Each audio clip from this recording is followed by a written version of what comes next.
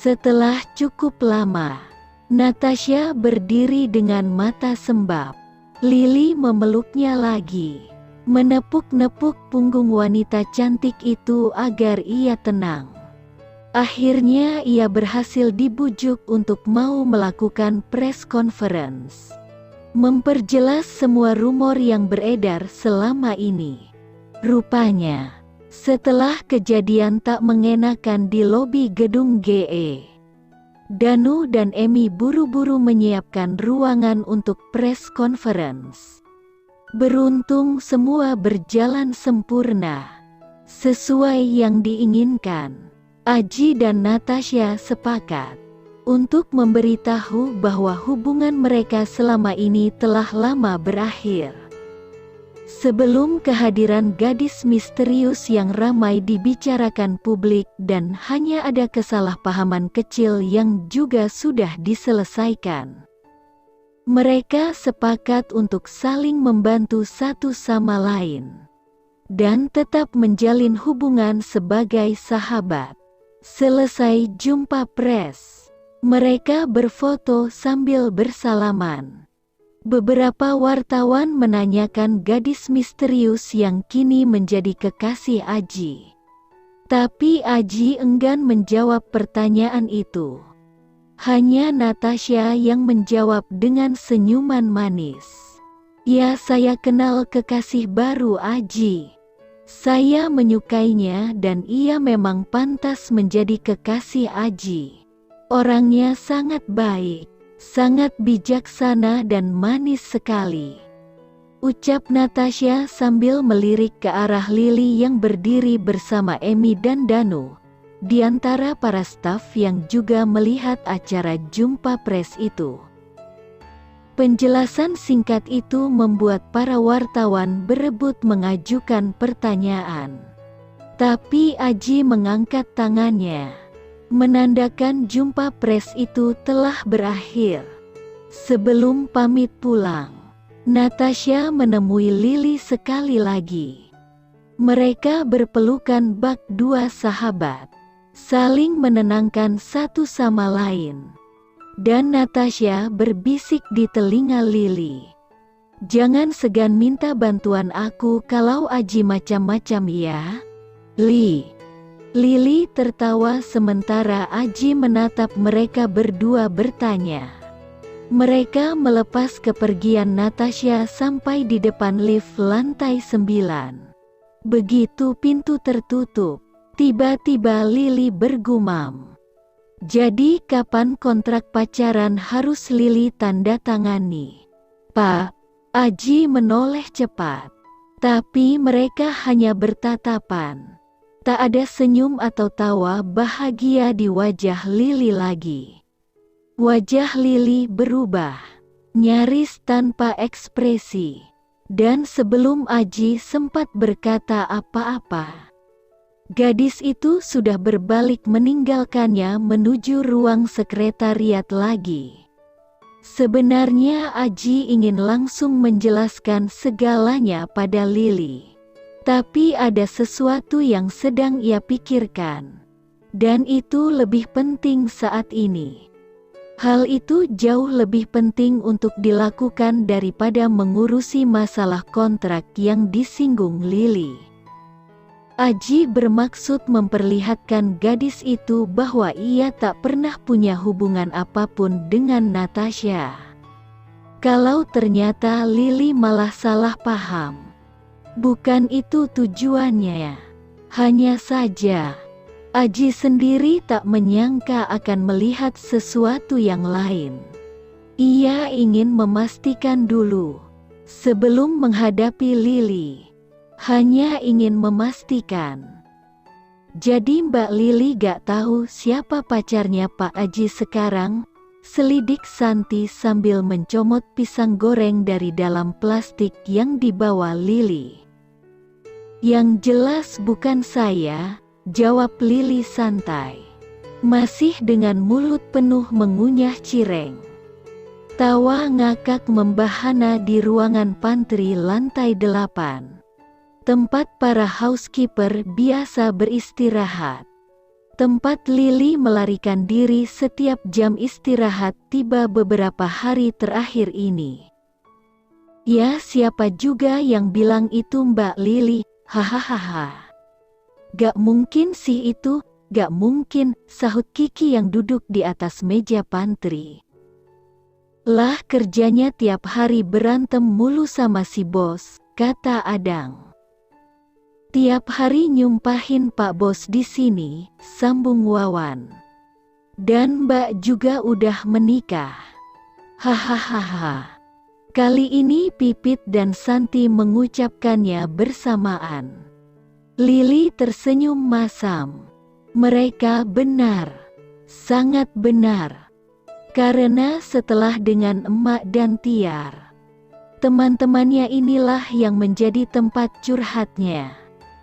Barusan sebelum mereka bertanya soal kekasih baru Aji, Lili curhat tentang bos galak yang belakangan jarang ke kantor. Usai istirahat, Lili naik ke lantai 9.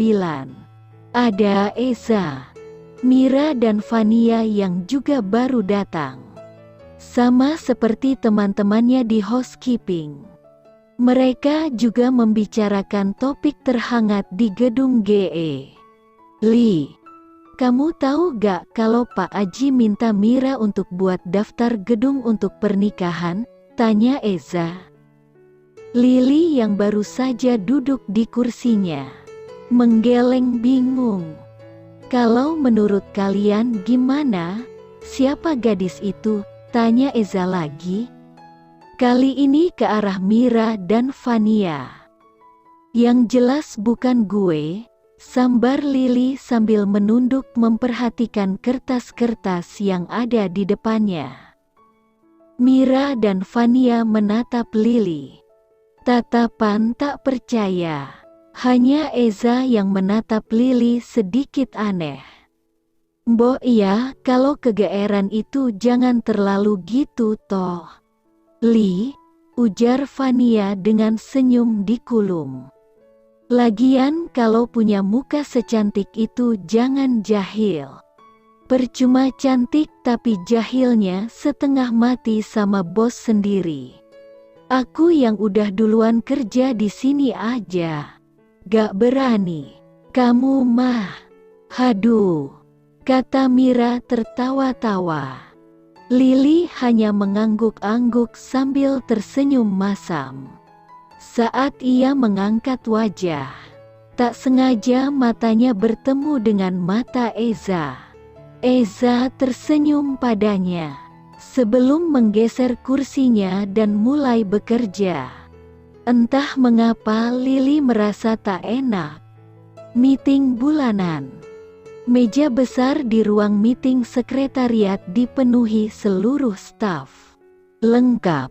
Mereka duduk sesuai urutan posisi jabatan dengan menghadap laptop masing-masing. Di ujung meja ada Aji yang didampingi oleh Danu dan Emi. Lili duduk di sisi Emi.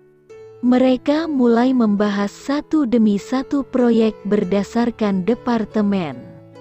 Karena Aji adalah presiden direktur dari grup perusahaan yang memiliki cabang-cabang perusahaan, maka yang dibahas hanyalah proyek-proyek dengan skala menengah ke atas. Salah satunya adalah proyek rumah sakit yang dibangun di Singapura. Sebuah layout rancangan eksterior desain ditampilkan di layar monitor laptop setiap peserta rapat. Sementara Eza yang menjadi kepala administrasi proyek ini mulai memberi pemaparan. Baru saja Aji selesai memberikan kritik dan sarannya. Tiba-tiba Lili mengangkat tangan. Maaf Pak, boleh saya menanyakan sesuatu? Tanya Lili dengan serius. Wajah-wajah peserta rapat tampak tak percaya melihatnya. Di antara mereka ada yang tersenyum simpul termasuk Danu dan Eza sendiri. Lili yang mereka kenal hampir tak pernah menanggapi apapun dengan serius. Itu Danau buatan yang di bagian belakang ini. Memangnya perlu, kira-kira berapa kedalamannya, kalau bagian tepinya dibiarkan terbuka agar alami? Apakah aman untuk diinjak? Apa tidak berbahaya jika ada yang tercebur dan jatuh? Letak kursi taman itu apa tidak terlalu dekat dengan danau? Lalu mengenai eksterior depan, Lily memperhatikan layout sekali lagi. Saya rasa tidak aman menggunakan batu untuk berpijak. Seperti kita tahu Singapura sering hujan. Dan itu memungkinkan lumut tumbuh. Kalau batu yang digunakan itu ada lumutnya, pasti licin dan itu berbahaya. Terutama untuk anak kecil. Bukan. Dan mengenai tanaman, apakah sudah dipastikan semua aman untuk dipegang? Semua orang terdiam. Bahkan Aji, pria itu menatap Lily. Meski gadis itu sudah selesai memaparkan pertanyaan, tapi Aji tak berkata apapun. Sampai Emi menepuk tangan Aji pelan. Barulah ia menoleh dengan sedikit tergagap. Saran yang bagus, Li. Sudah dicatat. Emi menjawab dengan anggukan. Lalu Aji kembali menatap Lily. Ada lagi yang lain, Li. Saat ini belum, Pak. Tapi bisakah Lily ikut architectural meetingnya nanti? Tanya Lily penuh harap. Aji menoleh pada Eza. Gimana Za? Kamu keberatan? Tanya Aji. Tidak, Pak, sama sekali tidak. Bukannya ini juga proyek pertama Lily? Jawab Eza dengan senyum lebar. Aji mengangguk-angguk. Sementara Lily tampak kesenangan. Baik, sudah selesai semua. Besok untuk proyek IT saya mau Direktur R dan D ikut meeting ya. Kalian siapkan semuanya. Mengerti? Mengerti. Pak, semua menjawab dengan kompak. Ketika semua orang keluar satu persatu, Aji tetap duduk di kursinya. Danu juga. Sampai ruangan itu kosong. Zalil nelpon gue. Jie. Soal Lily, Danu membuka suara. Aji menoleh. Dia bilang, desain interior juga banyak diprotes Lily. Apa semua berhubungan dengan safety untuk anak-anak? Tebak Aji?